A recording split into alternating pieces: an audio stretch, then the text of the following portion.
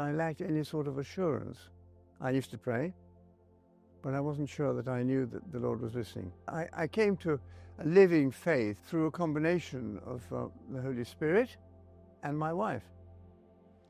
And as I always say, it's a pretty powerful combination, actually.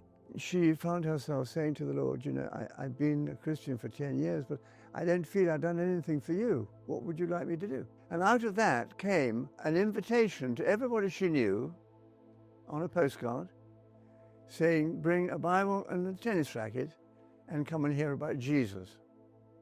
And I got one of these cards and I was absolutely intrigued. I often say I gave my life to the Lord. What I mean is I was converted. I think I prefer that expression because otherwise it sounds as though I did anything, which I didn't. Annette was so keen that I shouldn't have to go through the 10 years that she had in a sort of dry failure really to understand any of the sheer beauty of the Holy Spirit, that she took me to a meeting in the Metropolitan Tabernacle in South London.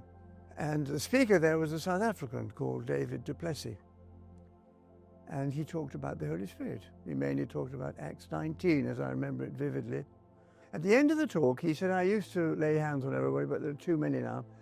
I just asked them to come to the front, and I pray for them. And Annette and I were right up at the back of the Metropolitan. It's a big building, as you may know.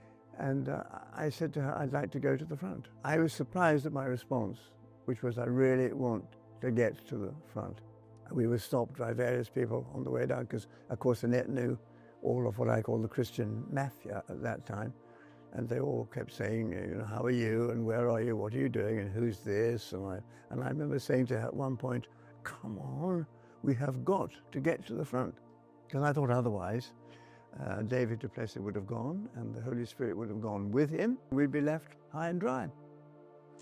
And David did it very simply. He just said, come, Holy Spirit. And I didn't feel anything particularly at that time. So I went home that night, and I remember I was sharing a house with two friends that I had been at university with. And I knelt down by my bed and I started trying to tell the Lord how much I loved him.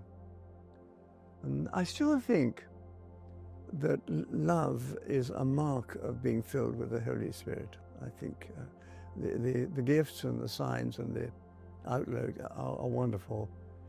But the real mark, I think, is an increased love. And I really felt that. And I began to try and tell the Lord how much I loved him.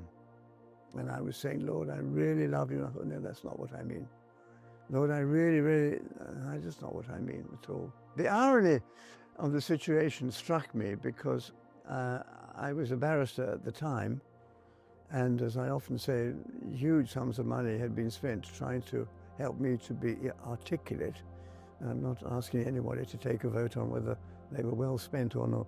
I'm just saying they were spent anyway. And I couldn't even tell God how much I loved him. And into my head, this would be one of the occasions that I think I would say I had heard the Lord speak. Into my head came a question. What you need is another language, isn't it? And I remember saying, Lord, that's exactly what I need. And I started to pray in tongues. And on and off, I've never stopped. And I think it's such a precious gift. I want everyone to understand the blessings of being filled with the Holy Spirit.